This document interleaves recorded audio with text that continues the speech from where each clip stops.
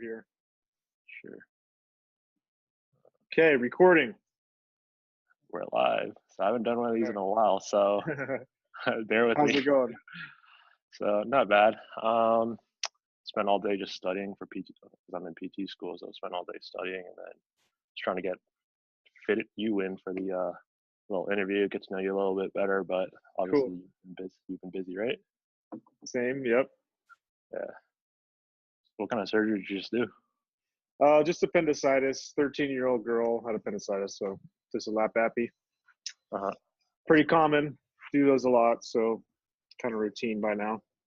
Uh-huh.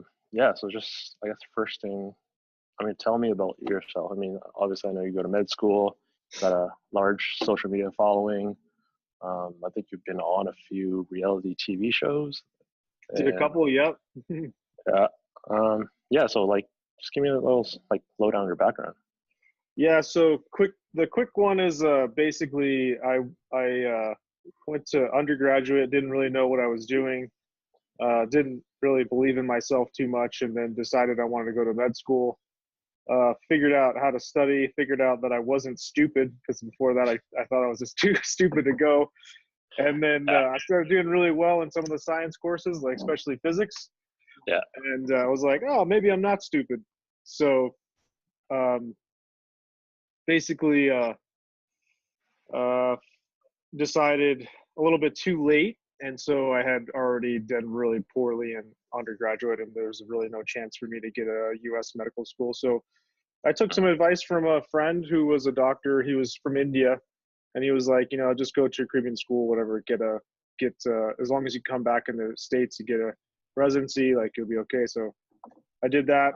I kind of had my shit together before I got there. So I did really bad, and then I was doing really well. So I felt confident in going into a Caribbean school, which a lot of people are scared to do that. But I think if you're set already,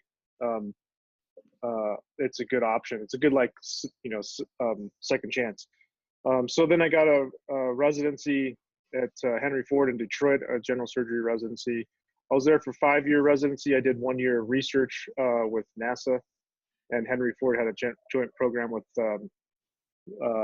basically using ultrasound for trauma and diagnosing different disease processes with ultrasound. And then graduated from that, went into general surgery private practice in Jackson, Wyoming. Small private practice. It was kind of too slow and wasn't a great situation for me. So I took a job in Florida doing acute care general surgery, which is essentially emergency general surgery and trauma. It just, after my residency, I was like really comfortable with that stuff. And so I was like, okay, it's kind of fits for me. And then now a couple of years later, I moved to Salt Lake City, and I'm in Salt Lake City in the last couple of years doing the same acute care surgery, general surgery, and trauma. It's quite the path you got there, eh? Yeah. Yeah, it was it's a long road, not for everybody, that's for sure. I'm not even sure if it was for me, but I took it anyway.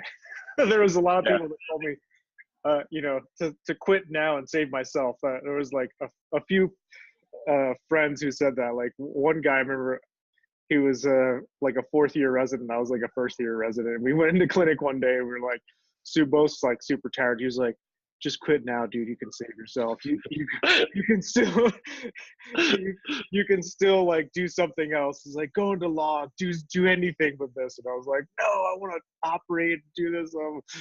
But anyway, yeah, it was it's a long one. But yeah, in the meantime, I did a couple of TV shows. One was Bear Grylls, which is a survival show that was really cool. It was 28 days on a deserted island with 14 total guys. So that was really cool. There was no prizes, which was disappointing, I guess, but it was really great to, just go through that and be starve, for real starving. And, kind of come out the other end being like, hey, I made it. And, we built our own shelter, and we built a community and all that stuff. And we actually lived with, on a deserted island. So that was pretty cool. And then the last year I did kind of a dumb show. Like I was supposed to be a dating show and then ended up being like a proposal show. And I kind of did it because one of the casting directors for Survivor asked me to do it. And I was like really trying to get on Survivor, but they won't let me do it because my previous survival TV show. And so I kind of made a deal. I was like, hey, I'll do this show. Like if you help me get on Survivor. And she was like, all right, we'll do it. She's like, I can't promise anything, but I'll do my best. It's like, okay. So I did that show, and yeah, it was kind of dumb, but that's right. Not bad. Yeah. I mean, obviously, like I don't have that much of I guess path compared to yours. I'm still in PT. I'm in second year PT school right now. Yeah. I guess there are some overlap in what I guess in our path. Like I guess I've always known I wanted to do PT. At a young age, I knew I wanted to do PT, but I just never knew if I was good enough or not. And you probably had the same freaking. At one point, you probably thought, no, like the doctor's probably not, or physicians probably not the path I want to go down, right? When you I can do this. When I it says the internet is unstable, but hopefully you can hear me. Yeah. My turning point was physics class. I nearly failed chemistry, and after that, I was like, oh, I have to take physics for med school. I was like kind of going through the motions, but really didn't believe in myself and wasn't really applying myself. And so I thought, man, if I'm gonna do physics, which is supposed to be harder than chemistry, I better shape up. So I got a tutor for that, which I should have done the whole time, really. But and honestly, everybody should have tutors in all aspects of their lives. And we don't call them tutors really anymore. We call them like coaches, mentors, and coaches. Yeah. So you should always have that, and I just never, that wasn't really something that my parents or anybody that I knew did at the time. But now it's like pretty common. So that's really almost like tutors back then were like, oh, for the dumb kids, right? And I was like embarrassed to get a tutor because I couldn't do it myself. So I was like broke down. I was like, all right, fuck it. I'm one of the dumb kids. I'm just going to do it. And the guy helped me a lot. And then he made me realize that I was just studying completely wrong. And, if I studied like normally with a few tips that he gave me, then it was, then I wasn't stupid, and I actually did really well. So that was it. I took physics, and the first test, I got the highest score in the class. And I saw a video where you were explaining where like no one believed you that you got the highest score. Right? It was crazy. And just the semester before that, I almost failed out. All my friends were like, dude, you're never going to med school and stuff. So yeah, they didn't believe me, and I didn't, it was crazy. Like they legit didn't believe me that I got that score. So after that was like the first one. I was like, oh, maybe I'm not stupid. And then I did the second test, and that was the same. Like I got really high score. And and then after that class, I was like really confident and like, hey, I can take on anything. I just crushed physics. Like I can take anything on. So, and then it just snowballs, it's always like, your confidence is like the last thing that you do, right? Because 100%. You could do all this stuff, and then all of a sudden you fall on your face on something. You're like, oh no, like I'm not, I am a sham. Like I'm, you have that feeling. And so, I just got, you can snowball with that confidence too. Like you just keep going, but you keep putting in the work. Like if you have the confidence and you stop doing the work and then you get crushed, like then it's going to go down. But as long as you keep knowing, like, hey, you just keep putting that work in, doing your best, then you'll improve your confidence, and that'll improve your work. So exactly. That was like for me, I think I had like physics was probably like my biggest fear. Throughout all of high school, I never took physics. Yeah.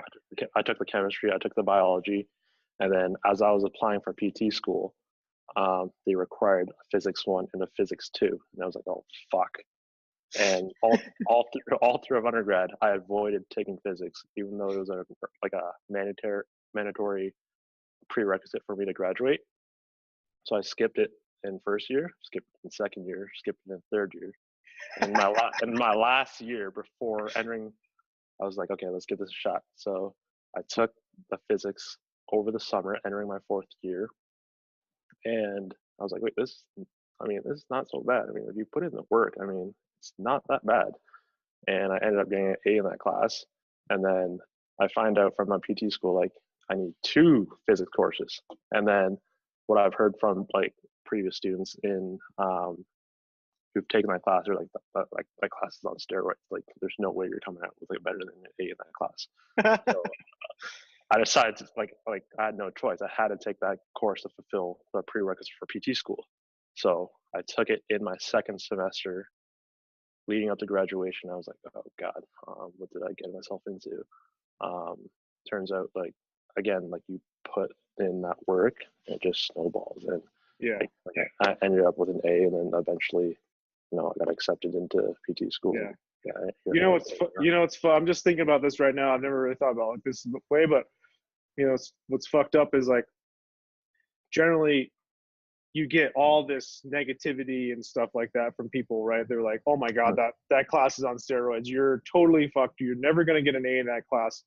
And then, like, we go into these things with, even though we did like good in the last class, we'll be going into like super scared, like, I'm never going to, do this. I mean, not everybody feels like that way, but certainly I have been there before and gotten really scared, and from other students who had told me, oh my God, this class is a beast and this is terrible and it's so horrible. And, we never hear like, yeah, it's hard, but it's really fun. And it's, oh man, the journey in this class was amazing. I didn't know anything before, and now I know all this stuff about it, and it's so much fun, but it was really a lot of work. It's like, you never hear that, which is kind of interesting, and you can fuck with you to just feel like, I'm not going to be able to do this, and then to crush that, confidence, and then you're like, oh, you like avoid, like you did, like, I'm gonna avoid it. I avoided for 3 years. Yeah, right, for as long as possible. Yeah. Instead of getting people that are like, hey, you should do it early because it's like really helps you with other stuff or something like that. It's crazy. Anyway, so this leads into kind of one of the questions, like, what do you think? One of the followers asked, like, what do you guys think about the education or school system that's like in place right now? I'm really not sure like what they meant by that, but I kind of have an idea of what they're trying to get at. Yeah, I mean, I kind of get it. Like, education is kind of being outdated, right? Almost like our school system, because there's so much information that at our fingertips all the time. Like, what the fuck do we need to go to a classroom for? Exactly. And have somebody teach us? And why do we take like all these kind of prerequisite classes that are, general education kind of things, when we never use them, for the rest of, for when we're actually doing our job. And I get that. I think it is outdated. When I was in med school, actually, my first semester, this was like, 99. And I told one of the professors, I was like, well, a lot of this stuff is going to be online anyway, pretty soon. And they were like, education online? That will never happen. I was like, okay, well, I kind of see that. There's this internet thing, it's coming. Like, so I think that's true. Like, it's changing right now, and I don't really know what it's going to end up being like, which is kind of like, right now it's kind of fucked up because you kind of still have to do the traditional education if you want to, like, these professions like we have, right? Yeah. But a lot of people that are, just in straight business, or even like, there's this girl I know who's super young. I'm like, oh, what do you do? She's like, I figured she was like a model. I'm like, she just like posts, hot pictures on Instagram. She's like, I'm a day trader. I'm like, a day trader? How the fuck are you a day trader? He's like, I just like learn from other people. I'm like, you make money? She's like, yeah. I'm like, holy shit, you know? She's like 21 or 22 or something. Like, it's just the information is just out there, you know? Yeah, it's at your disposal. You just have to look for it. Right. And then, you know, we can get mentors like a lot easier. Like we can chat on, you know, like video chat like this. This is a huge advantage. And so it'll be interesting to see how our professions change. I certainly don't think that I needed all the classes that I took to do my job. You know, like I don't think there's a lot of classes I take right now. Like, dude, so it took, you know, basically it takes 4 plus 4 plus 5. That's what's that? 8 plus 5. That's 13 years minimum for me to graduate and be a surgeon. It took me longer because I fucked around and stuff like that, but that's minimum. I bet you could cut at least 5 years off of that. So at least I don't think you have to go to undergraduate. Like a lot of the undergraduate classes you don't need. I don't even think you need fucking chemistry. Like I mean, maybe to understand pharmacology a little bit, but you know, I mean, now I'm 10 years out of residency almost, or 9 years out. Like I don't even know hardly even know pharmacology. I understand what the drugs do and how the mechanism of action and stuff like that. So I guess like, you know, biology, biochemistry and things like that, there's a little bit of chemistry in there. There's not 2 years of my life of fucking chemistry, right? Exactly. Like, it's crazy. So I don't, it's not a great system, right? And they teach us just all the worst shit. Like what the fuck's important?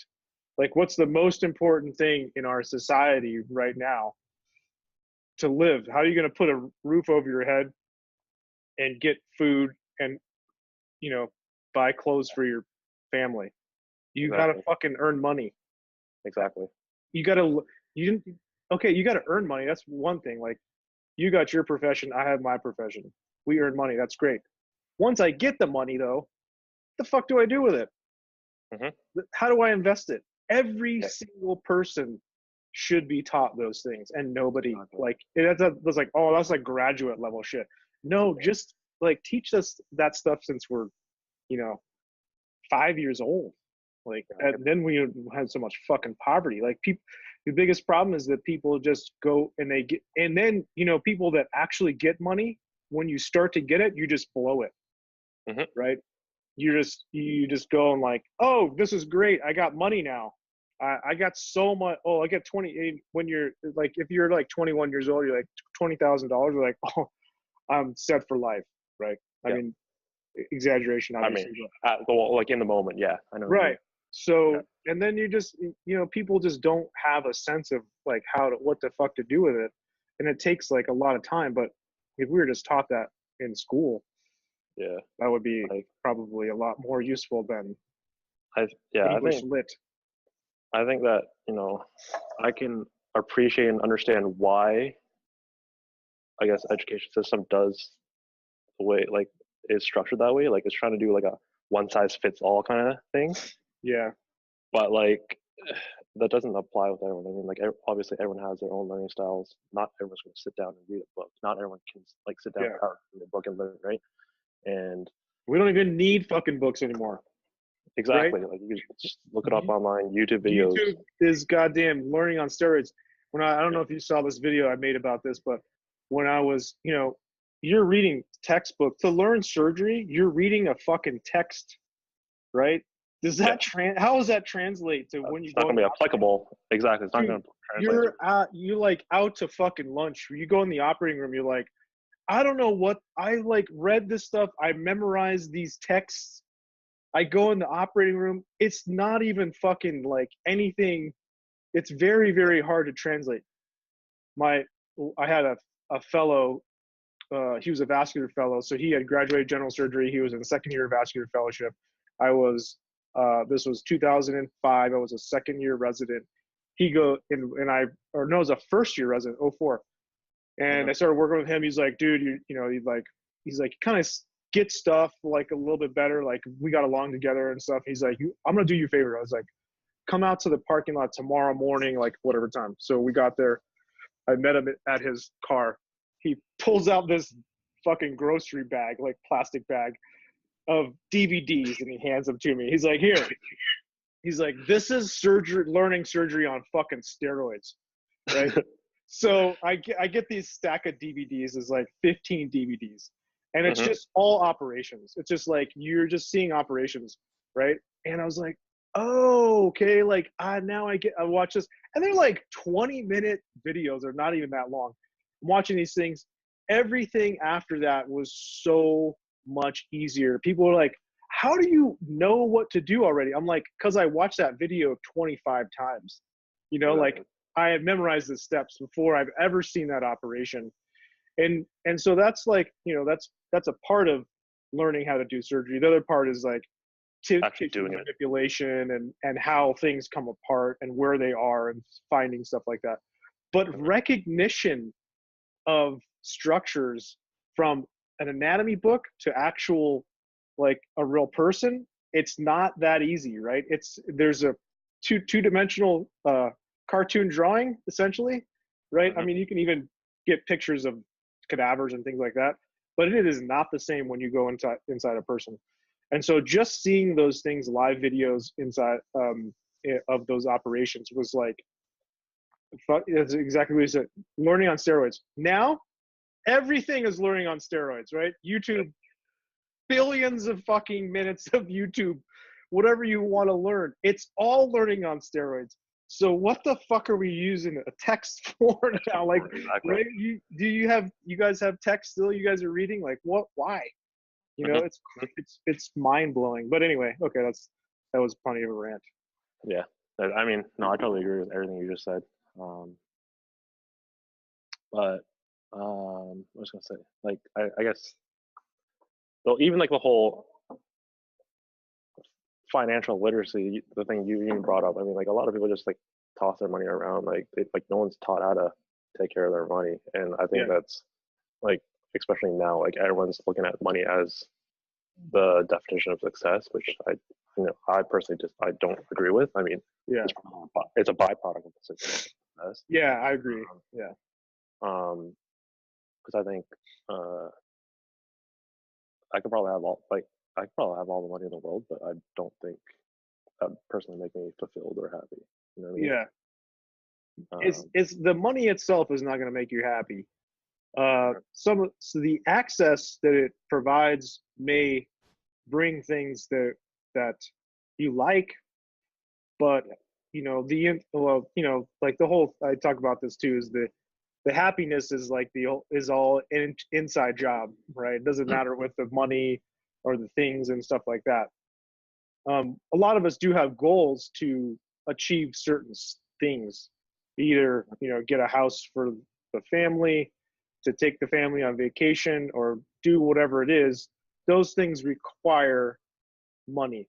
And so I think that, it's in not very many people would say, I'm okay with not having anything. Very few people, you know, even if you were to like be very fulfilled in your job, to not have access to the world, because it's like, if you like, I think of money as like access to experience the planet we're on, because that's just how it is, right?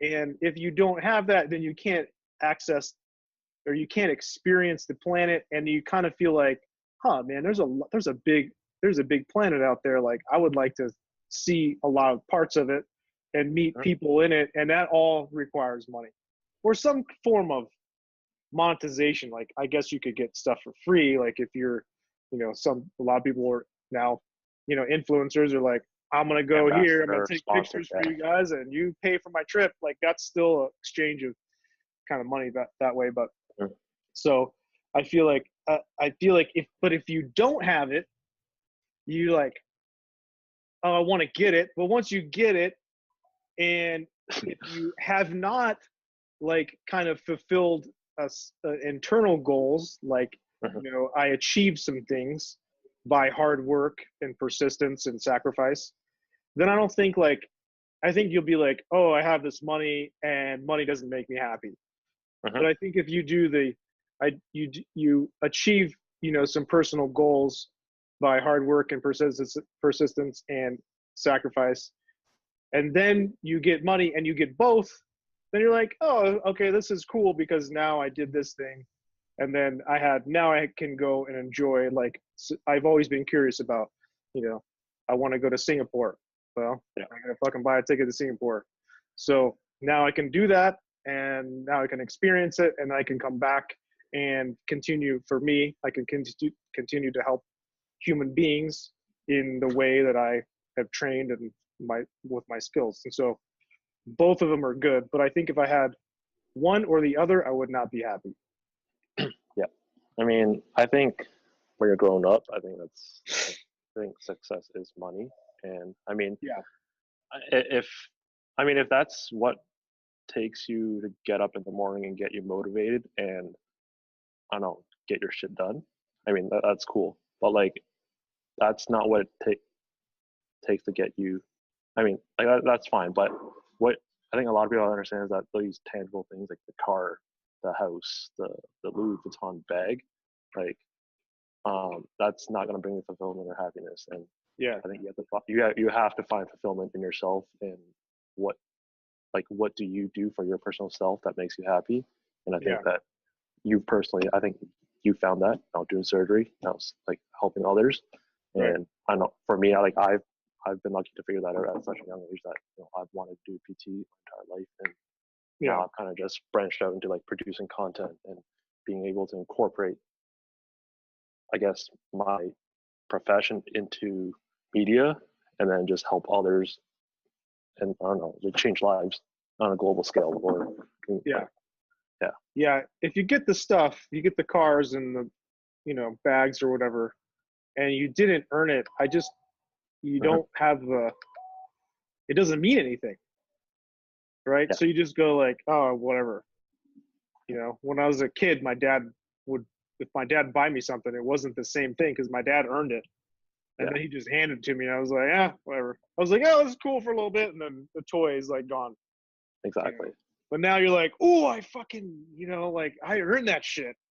And it means a lot, you know. And so I think a lot of people just get it handed to them.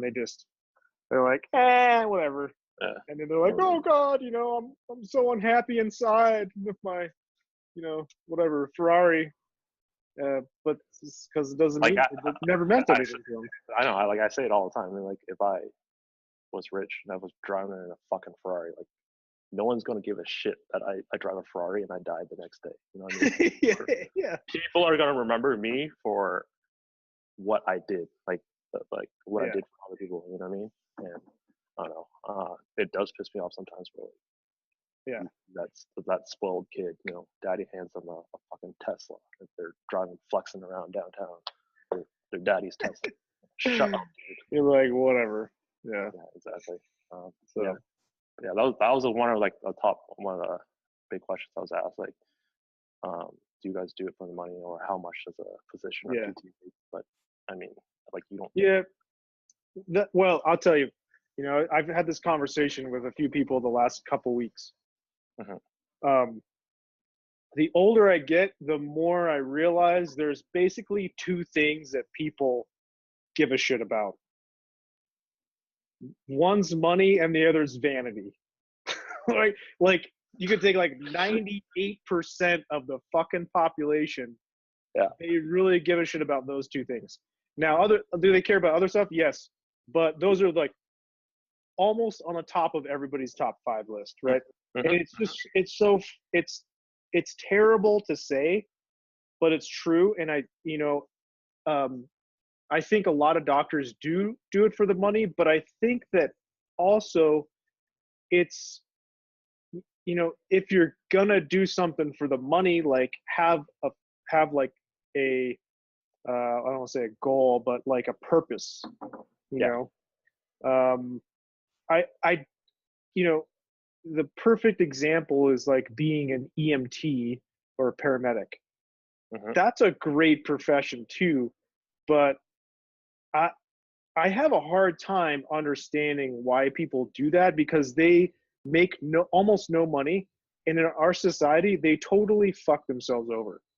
You know, like if you're gonna do that as a career, it's a really kind of like not a great move in the kind of the grand scheme of things, because especially if you have like, you know, you're taking care of people.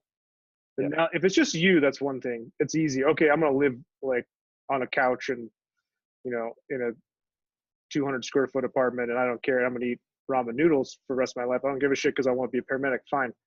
Yeah. But you know, at some point, usually people get like, you know, involved with other people, and then you're, you know, looking at like, how am I gonna support everybody and stuff like that. And it's like, it's a tough thing. So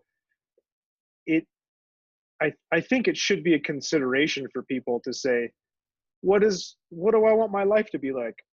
And how do I want to take care of the people in my life, or whatever it is?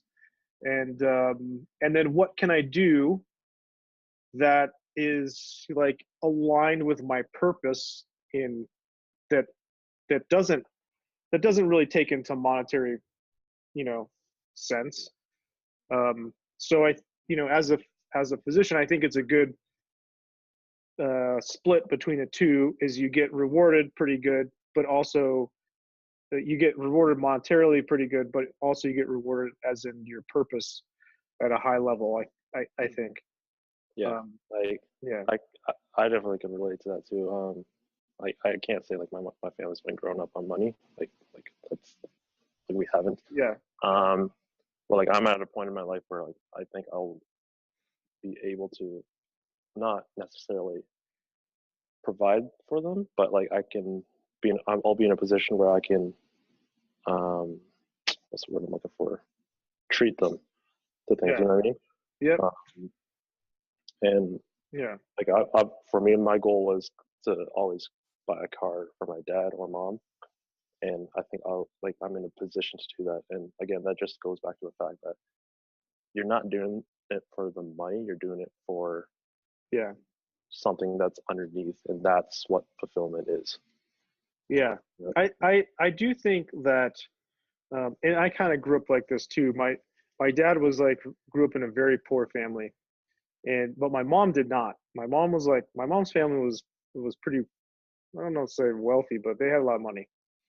And but my dad kind of like has this attitude that it's you should be not embarrassed, but you know, you shouldn't like admit that you want to have a job that makes money. Like it's you know, it's like, it was like kind of evil. It was like the rich people were like evil and kind of thing. So I think people should get over that and say, you know, just be honest with yourself and say, what kind of lifestyle do I want? And then try to merge that with something that's good for other people too.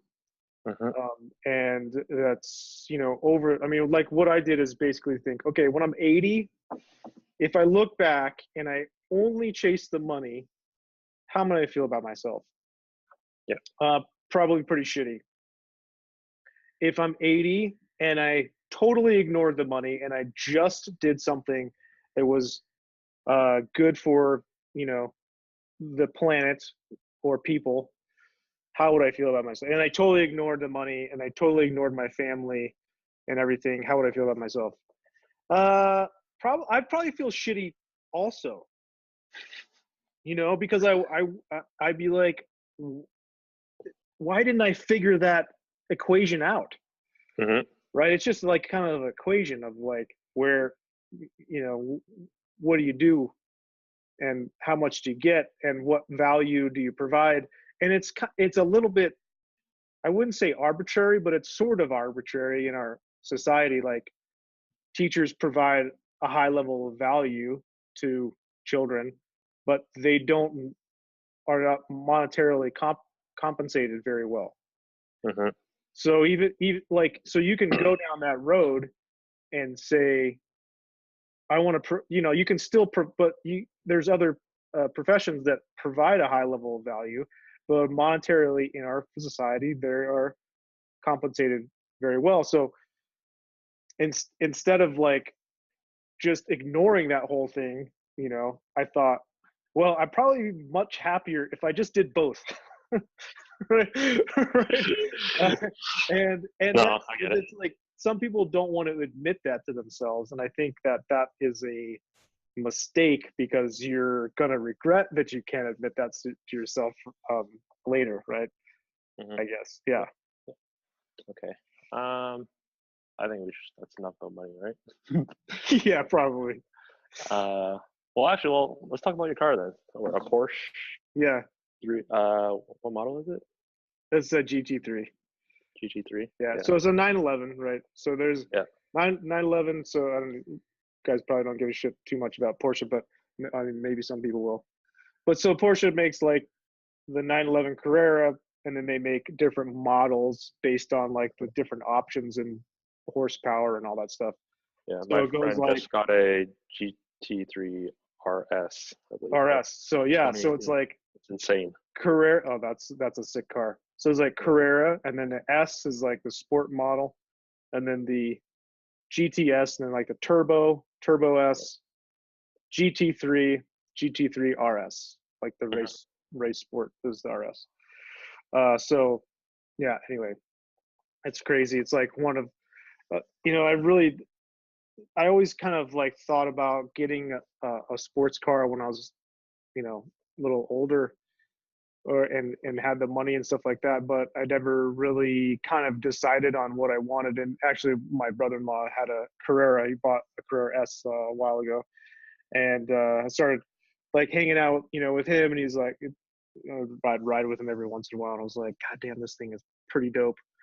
And just started just researching it, and it's like, it's a sport, it's like a sports car, but it's not not a $400,000 Lambo or something like that, and it's a reasonable price, and you can actually drive it, and interestingly, you can leave it on the street, like, and it's not like a Lamborghini where everybody knows what it is and everyone's like crowded around it. With it. Like every once, like I'll go out sometimes, and I parked it on the street to like go to dinner, and I'm like, should I be doing this?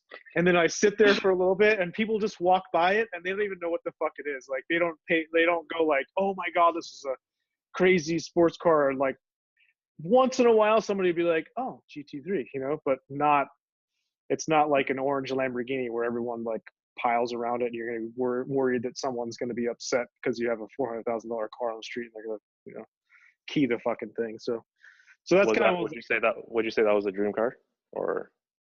I've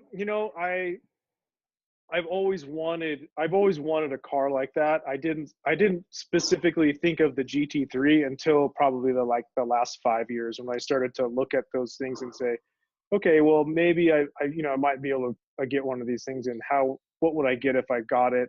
Started to look through everything, and then I was like, no, the GT3s, I think for me is like the dream car. I'm not like super into Lambos. Like they're cool, yeah, but I don't think I would get that. I think this one's like the perfect mix for me. Yeah. Yeah. Like one of my friends, he's been on. I don't know. Like I heard you bought yours used, right? I bought mine used. Yeah. Yeah. So he's trying to buy a brand new one for the past like year. He's been on allocation on the wait list for like a year and a half, and then 3 months ago he finally was able. Oh, really? That's the RS one. Yeah. Yeah, G3 RS, and he spec'd it out like base price is 180K, I think. Yeah. He spec'd it out to 210. He was like, you know what? I'm gonna add carbon fiber. Drop 15 pounds on this car for an extra 12 grand. I was like, come on, dude. Is that really necessary? It's crazy. Yeah. That was my option. Is I actually had had a friend that was like, that's super into this stuff, and had him help me out with it. And essentially, it was like, here's the price range I'm at, and what I want to spend per month, and how much I want to put down and stuff like that. And he was kind of like, you do like a for between a 13 to 15, 16 in there. And that's kind of where you're at. And, you know, you can get them for less. You can get them for 90, 80, 70, whatever. I saw one, not just a Carrera that was like an '08 or '07. It was like 40,000. It maybe had like 125,000 miles on it, but still, you know, like that's the kind of the cool thing about it is like you don't necessarily need to blow 400 grand to get like a sports car or something like that. Like, you know. Yeah. Okay. Let's see. Okay, here's another one. How do you balance life with how busy you are, or how did you balance life with the amount of studying you had? You know, I don't like a lot of people are all about like balance, and there's a lot of yogis in the world, yogi masters and stuff like that. And I just don't think like there's no fucking balance for a long time. And I actually just did a YouTube video on this, which I haven't edited yet or put up, but sneak peek. You know, sneak peek. For a while in school, you're like, this is killing me, right? And I just want my old life back. And what did I do? And did I make mistakes and stuff? And the answer is that it is killing you. It is killing your old self, right? Because you, as a high school or college student, undergraduate, you were not prepared, and you are not the person that can take care of these patients the way they need to be taken care of after you go through all that. So you're killing off your old self to be reborn. And that takes a lot of effort and energy, and there is not a lot of balance found in those years. You know, I mean, you're doing it right now, like you're in graduate school, it's killing you. You're like, holy shit, I don't have much of a life like you have. I mean, I did have some social life, but it wasn't anything like it had been before. My social life is not anything like normal people, like with a 40-hour work week.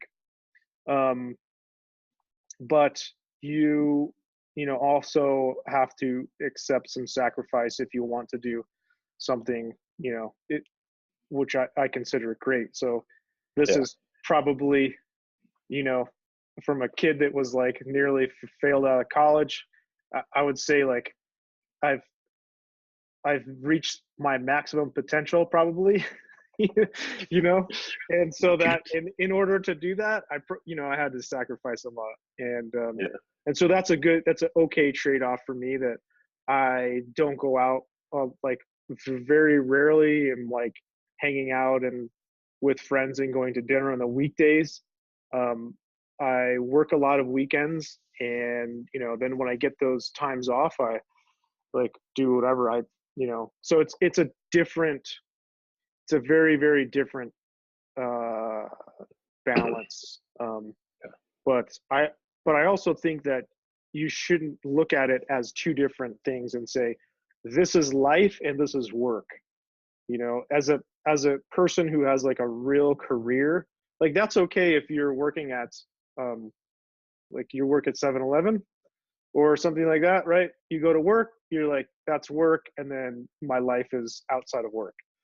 But for professional people, like, it's, especially with fucking internet and all this shit, like it's nonstop.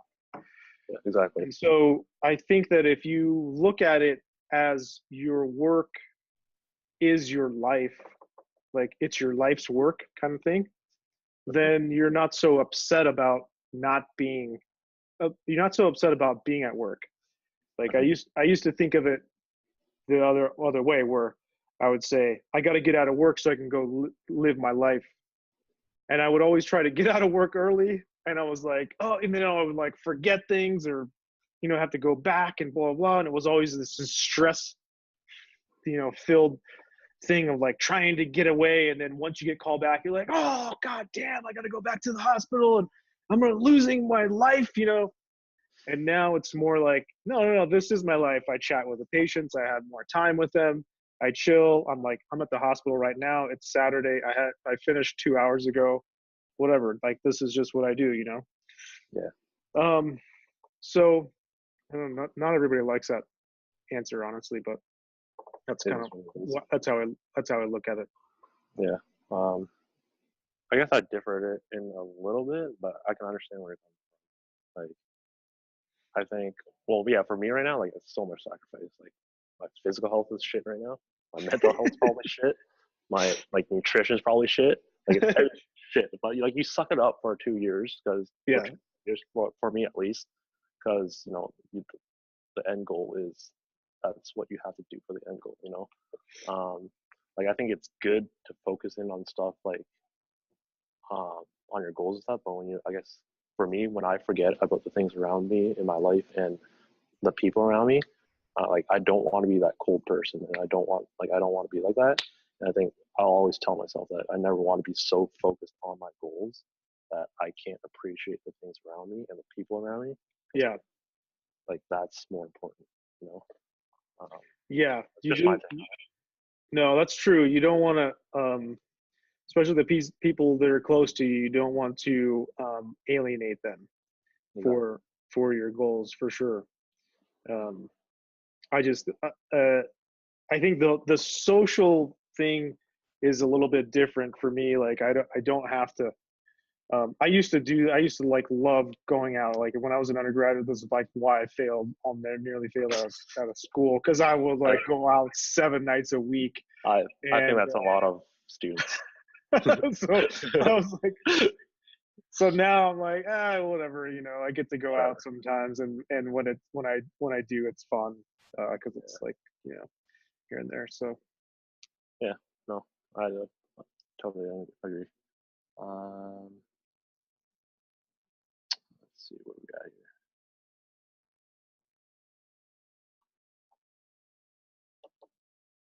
here. Ooh, okay. Did you deal with competitive or, okay, this typo. Okay, I don't know who wrote this one, but did you deal with competitive classmates in a negative manner or colleagues? And like, how did you deal with that? yeah, for sure.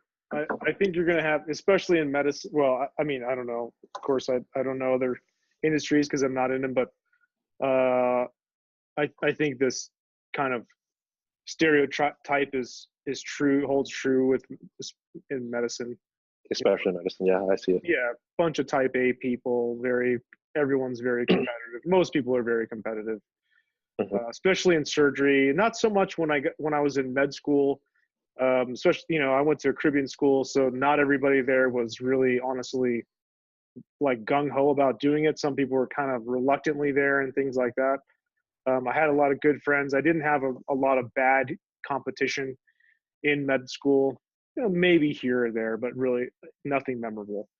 But in residency, yes, there was a lot of competition. I learned very quickly. Before residency, I was the person that was always like, you know, if something went wrong, and your boss would say, "Who fucked this up?" I'd be like, "That was me. I totally fucked this up. Sorry about that. I'm gonna fix it." Yeah. And I did that for the first part of my residency, like the first, you know, few months, and I quickly learned that I was the only one raising my hand for those things. And after a while, if you're the only one raising your hand, it looks like you're a fucking idiot, right? And it wasn't everybody like, "Oh, that's me. Hey, that was me today. Oh, that was my fault." It was always like, "My fault, my fault, my fault. I did that." And pretty soon, and you're on a team with, it's more of a work environment than learning and a school environment in residency. And so you're on a team with other people, and if you're fucking things up all the time, then you're making more work for them. Pretty soon they get to not like you as a person, you know? And that then translates to, you know, they talk about you, they'll tell attendings that this guy's a fucking idiot and blah, blah, blah. And then you're doing different rotations. And if you rotate into a different a different rotation with different attendings, they already have a perception about you, and they treat you differently. So that was kind of a wake up call. I'd be like, oh, I have to pull back with that. So I did not like that at all, but I learned quickly that these guys were going to fuck me up if I continue to do that. So that's kind of the negative stuff that I experienced in residency. That was up until like I crushed the first exam. We have exam every year, and I got like the highest score besides one other guy in our thing. And then after that, they kind of loosened up a little bit. But it's tough. I did have to change, like, honestly, like my personal beliefs for a little while. And it took a little bit to get that back and to make sure that I got back into the, like, honesty is the best policy kind of thing. I still believe that. And I think that, you know, it's much better when you have a team that's honest and everybody can admit to their faults, and you can work, you know, then you can work like around those things and put everybody in their right spots and together and build a better team like that. But that was tough. And so I don't know. It's difficult. I'm not sure if there's really a good answer to how to solve that. I think for me, like I'm not in that position yet, but I'm sure eventually like I will approach something similar. But for me, I guess going into PE school, the competitive, like the competition was there. Like you can tell that the people around you, like they want to see you do good, but they'll never want to see you do better than them. Yeah. Right? Yeah. Right? Yeah. It's just like some people don't even want to see you do good. Exactly. And I guess you just gotta just be aware of that and just like use that as fuel and yeah, continue doing what you gotta do to get there. And I mean, clearly for where you are because of that. I try to ignore a lot of that stuff, you know, as much as you can. You just like put it to the side and be like, whatever. Yeah, because it just ends up being somebody's insecurity or whatever anyway. So I mean, it's draining. I mean, like a lot of times, like they probably don't know that you know that they despise that you probably got a better grade than them. Yeah. Yeah. So that's why, like, I don't tell people about grades because I don't want to rub. My brother taught me a phrase: "It's kill them with kindness," and they really, like, when they hate you, they really hate it more when you're super kind to them. Yeah. And so as a surgeon, you learn to be a real prick all the time to everybody and condescending and a motherfucker. Yeah. And then I had to learn to not do that because that doesn't go well in like the outside world, outside of medicine. It doesn't go well inside medicine anywhere either. Yeah. It just doesn't work. It's difficult when you're dealing with serious, like, life-threatening situations and things don't go the way you think they should, and you think that somebody's about to get killed because of somebody else is making a bad decision right in front of you. And so that's a very easy time to be like, what the fuck are you doing, you know?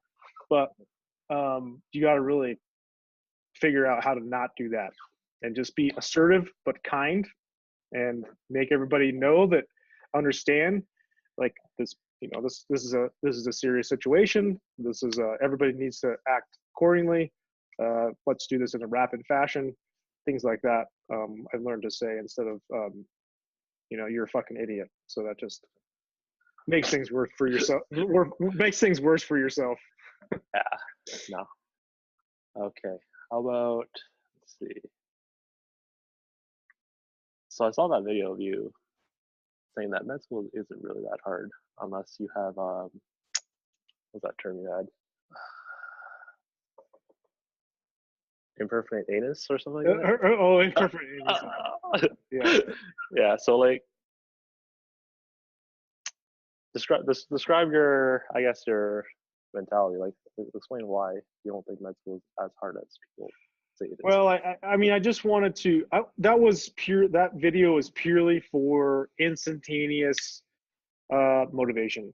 Like a lot of people text me or DM or email and say, you know, how do you stay motivated? Blah blah And it's like comparison. You can think that you have it the worst on the planet at any time, and you can try to you can rationalize that with yourself. But you got to look around you and see what the fuck, like, just living in the United States, like, if you're born in the United States, I don't give a shit what color or race or whatever, makes no difference. You won the pre-birth lottery. Okay. Like, some people are born into, very wealthy families, and some people are born into very poor families in the United States. But if you're still in the United States, you still won the pre-birth lottery. And so I think a lot of people, don't realize how fucking lucky they are to, have 4 limbs and an anus that works, right? So I guess, like, my point of that whole video is, like, don't sit there and be like, oh, I can't study, I don't know why, what am I gonna do? I'm down on myself, I hate studying, blah blah. You'd hate it more if you couldn't shit for 67 years. I mean, I don't know. I just hate to see that. I don't like, I kind of like grew up with a lot of negativity, and I see a lot of negativity in like society in general. Like, if you look at most people, I would say, upwards of 60, 70, maybe even 80% of people have a negative outlook on life in general. And so I get a lot of people to say, these are my problems, like, help me fix my problems. It's like, they're not really fucking problems. You're just, like, focused on these, like, minor speed bumps kind of thing. I just commit to it, and then like, as long as you put in the work into it, I mean, yeah, right. I mean, I do think so, and I'm not saying that some people in this country don't have it tough, because they do. Yeah. But I think if you really look at it, most people are complaining about shit that they don't need to be complaining about. Yeah, the little stuff. I mean, yeah. I only got 200 likes on this photo on Instagram. That's definitely not a problem. Exactly, right? Like, that's a problem in society right now. Like, people complain about that. I'm like, come on. Right. And I guess for me, like, that's the reason. Well, from a physical therapist standpoint, or even like a fitness standpoint, like, I've always grew up on fitness, and the reason I love fitness so much is because it's such a good way to commit to something, and you see the physical results. But, like, in the real world, with, like, business, family, school, friendships, or job or adventure, like, you don't see the results right away. But with, like, fitness, it's easy to see your muscles and your abs show. But you have to understand, like, you have to incorporate that same mindset into the things I just listed: business, family, school, friends, like, all that, or your venture, and like, all that. It's not easy. You're not going to see immediate changes. You're not going to see immediate results. And most of the time, your first attempt at your goal for a business, like, or even your attempt at trying to pursue medical school, like, it's probably not going to hit off immediately. You know what I mean? And it's going to take multiple times. And once you practice being disciplined, you can stop being afraid and take, I guess, more calculated risks, because you've been through that whole process of struggle. Yeah.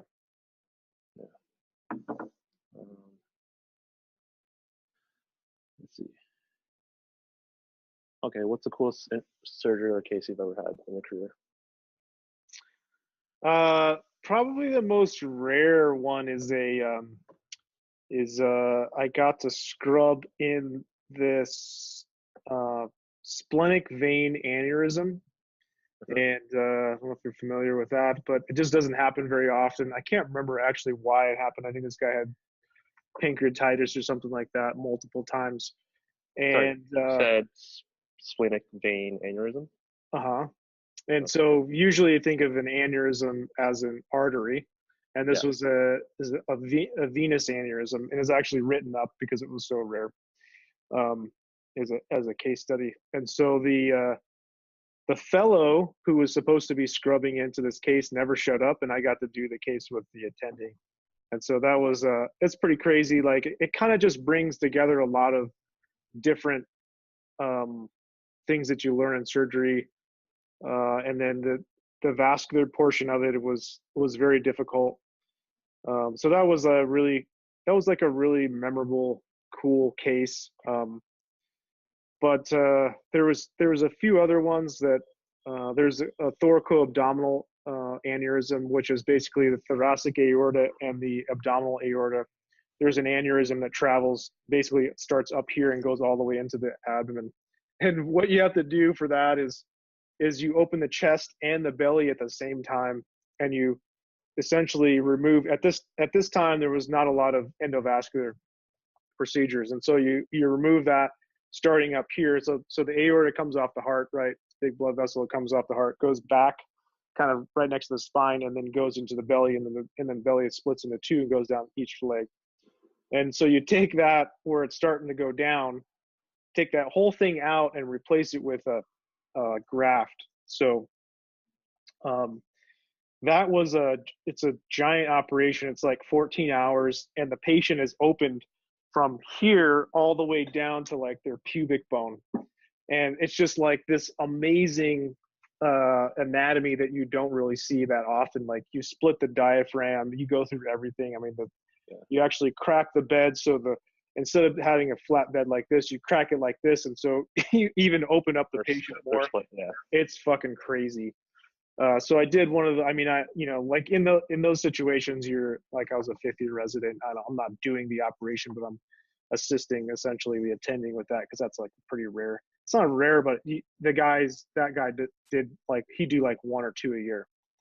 So that's a fucking crazy one. And then just like all the trauma stuff that we saw there in Detroit was pretty nuts. Like we'd see patients that come and get shot like 4 or 5 times. I had a kid that actually he was like 22. He had 17 holes in both, like he had like 8 holes on this side and like 9 holes on this side, and then like cross, bullets went across. And he ended up getting like, so we operated on him, and he ended up getting like 70 or 80 units of blood altogether, and he ended up living, actually, walking out of the hospital. That was pretty crazy. So just lots of cool shit. I've done, I've assisted in some brain surgeries. I've done a lot of like ischemic valve things where you think people are going to die, and you bring them. That's kind of the things that I do now are mostly abdominal surgeries. And so when patients are about to die and you operate on them, and you remove the dead colon or dead small bowels, and resuscitate them, get them back, and then they go back to the ICU, and it's prolonged recovery, but then they come back and they live, they walk out of the hospital, they come back, they see you, and you're like, holy shit, you're fucking that close from dying, and now you're like standing here talking to me. So stuff like that was like pretty rewarding. Yeah, like I've been trying to observe surgery. I've been contacting hospitals, but they keep ignoring and rejecting me. I'm just trying to learn, guys. Like, just email more. I know. Yeah. I've been harassing them, but I finally got one in Toronto for orthopedic and neurosurgery. So nice. Cool. Yeah. So what have you ever like? Did you have any intentions of going a different route, or was it always just general surgery? I didn't really have anything. I because I was in a Caribbean school, I just wanted to get into a surgical specialty, and general surgery is typically the easiest one to kind of match into and stuff. And so I did that, and then I just was gonna see. I actually got offered to go into ortho and neurosurgery when I was there in that program, just because they had ended up having people drop out, and I knew a lot of people in that program, and the program directors liked me and things like that. And I just didn't, because, you kind of like end up getting mentors and things. And I got a couple mentors in the general surgery and trauma and stuff. And so I felt like I was going to, kind of betray them if I had jumped ship and went somewhere else. But, it was like, it was like kind of weird, because a lot of those things, you're so deep into that culture. You can be persuaded by other people a lot, and so I didn't really look at that stuff very much in med school either. So I didn't do a lot of rotations. I didn't really know how neurosurgeons lived their life. I didn't know a lot of the operations they did. I had done a few, but not not enough to say like, this is the way I want to live my life and this is what I want to do. So I talked to the program director and he was like, are you familiar with it? Like, we'll take you because we have good recommendations from everybody, but are you sure you want to do it? And I said, I'm not really sure. Let me think about it. And that's kind of the thing he said. He was like, do you know what this is about? Like, do you know enough about it that you want to change your entire life for it? And I didn't. So I just, did surgery. I do like the emergency stuff though. Like that's kind of always what I wanted to do is, as a kid, I think we all see these superheroes and you want to grow up and be a superhero. And it's like, kind of like, so emergency surgery for me is like kind of my superhero moments where you come in, you swoop in, you help somebody, you save them, put them back on their feet, and then save the day. And so it's been good. Okay. You just wrap things up. Yeah. How about, okay, so I understand you have like this kind of like, I don't want to say study guide, but like a program that helps students that are interested in pursuing, I guess, what, the MCAT or medical school?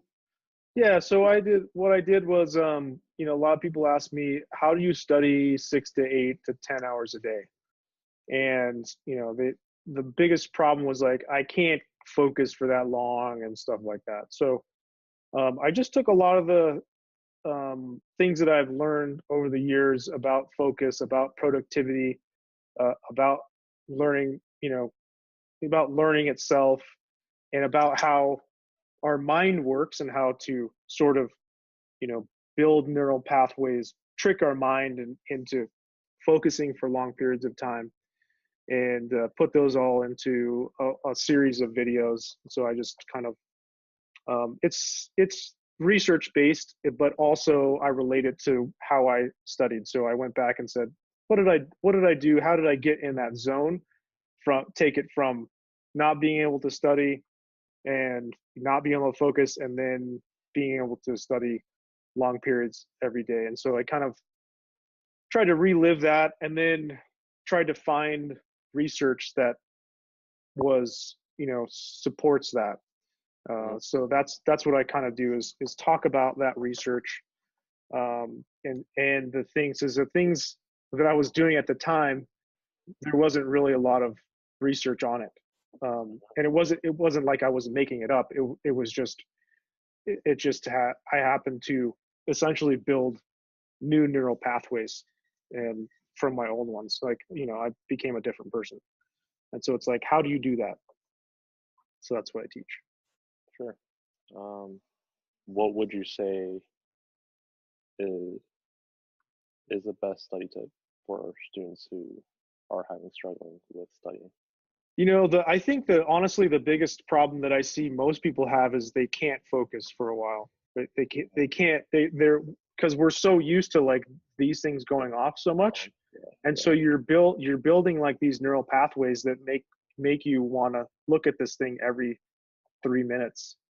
And so you need to be able to set this down, have all distractions gone, and read. And if you can read for 20 minutes or 40 minutes, that's plenty. Like you can start there, but most people can like 5, 7, 10 minutes max, and that's it. So I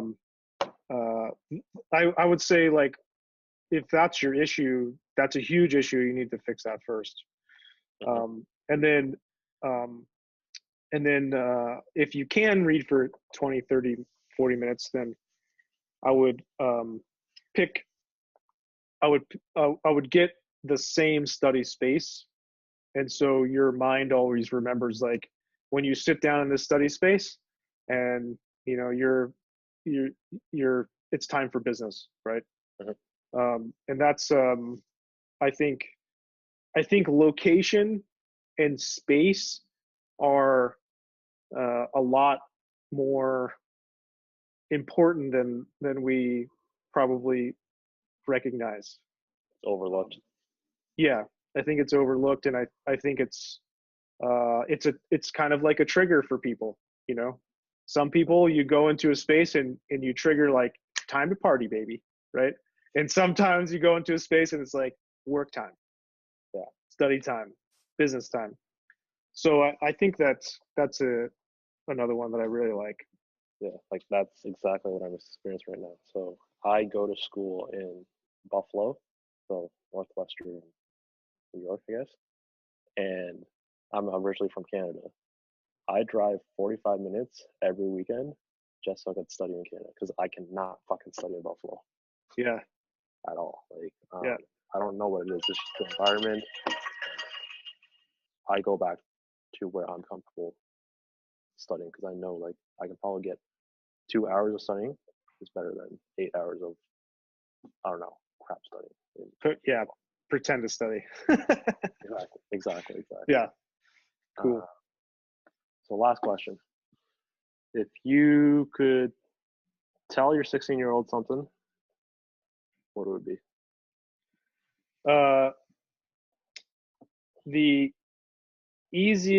The best time to make your life the easiest as possible. The best time to make your life the best is when you're in high school and college, undergraduate. And what I mean by that is the easiest time to do well, because after that, it just gets harder. And if you don't do well in that time, then you make your life harder every year that you don't do exceptionally well when you're younger. So that's what I would say. My 16-year-old self would be like, fuck off, because I didn't listen to anybody. But I think that's what I tell everybody is that, so a perfect example, basically fucked off for 3 semesters. Those 3 semesters cost me, completely changed the trajectory of everything. Like, I had to go to a Caribbean school. I had a limited number of residency programs that I could get into. I limited probably my my specialty. Like, I wasn't going to dermatology. I wasn't going into orthopedic surgery unless I, it was like I got lucky and they offered me a spot that one time, but there was no way I was going to match it in the orthopedic surgery or some of the difficult specialties. And that was only 3 semesters when I was 18 to 20. That was it. And so that changes your entire life. So it's kind of weird, but that's the truth. And it's okay. Like, for me, I feel lucky that I turned myself around when I did, because I'm surprised that I'm alive at this point, all the dumb shit I used to do. So I think I'm doing all right. What dumb shit you used to do? Oh, dude. Oh my God. I don't know. I rode motorcycles a lot, and I drove my not fast cars as fast as possible all the time. I drank with friends. I drank to excess. Like, it was like the whole binge. Everyone was like binge drinking at the time. I know it's probably still popular in college, but yeah, it was just crazy. I mean, I didn't do too many things that were illegal in that sense, but yeah, but enough things that I'm like, God damn, how did I not die on that day? Yeah. For sure. Friends too. That's the other thing, is get in a good circle of people. That'll change your life as well. Yeah. So I'm assuming you believe in, I guess, what they call the law of association. You are who your 3 or 4 friends are. Yeah, you're the makeup of the 3 or 4 friends are. Yeah, I think we're heavily influenced by our surroundings. And our DNA is one thing, and we're certainly hardwired for certain things, but we're heavily influenced.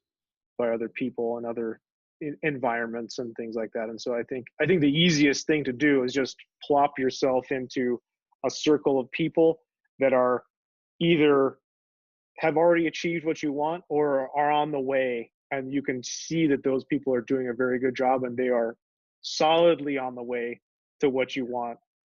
I think that's because they'll just like change your habits and your character and everything to mold to be on that path as well. And it's not as much work for you to sit there at home and try and like do it yourself, you know? Yeah.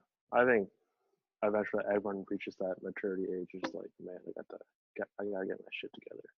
Yeah. And that's when they realize, okay, first thing I gotta do is find out what I want to do, and then find the people that can help me get there. Yeah. Very important. Mm-hmm. Well, I appreciate you for spending your time, or spending man. Saturday night, right? Yep. Yeah, kind of lose track of what days it is, just because every day is just fucking studying. But Yep. But yeah, I appreciate everything. Obviously, I'll try to keep touching with you. Yeah. I don't know. Do you have any last closing words? Nope. I just like, I don't know, you know, do your best. Don't get too hard on yourself. Try to get that momentum, confidence momentum that helps. You know, that's about it. You know when you've made it, though? You want to know what the millennial sign is? What is it? When you wear fucking Airpods. Oh, shit. Well, then anybody can make it. It's like $100 or something, whatever it is. Yeah. Have you seen the memes, though, where it's just like, no, it's social media meme. Well, I guess I don't want to call it, but like, I gotta find it. When you're like, it's all over the internet. Like when you wear Airpods, you're elite status now. Elite status? That's funny. Yeah, it's like no, I can't talk to you unless you're wearing Airpods. Yeah, the hospital gave me these because I was like they did it for we have this I'm on this committee, so it's like whatever. Anyway, yeah, I totally bought. I was like, those are so fucking stupid. And then I put them in. I was like, these are amazing. Oh my god, I'm never taking them out. Yeah. And then I walk around. I look at everybody else with theirs. I'm like, God, I look like a fucking jackass too, just like all these other people. Fuck. But you walk around. If you walk around a bunch of 20-year-olds, they'll think you're fucking Bill Gates or something. Right on. All right. All right. Thank you. All right, man. Tony. All right. Good talk. Have a good night. Okay. See you.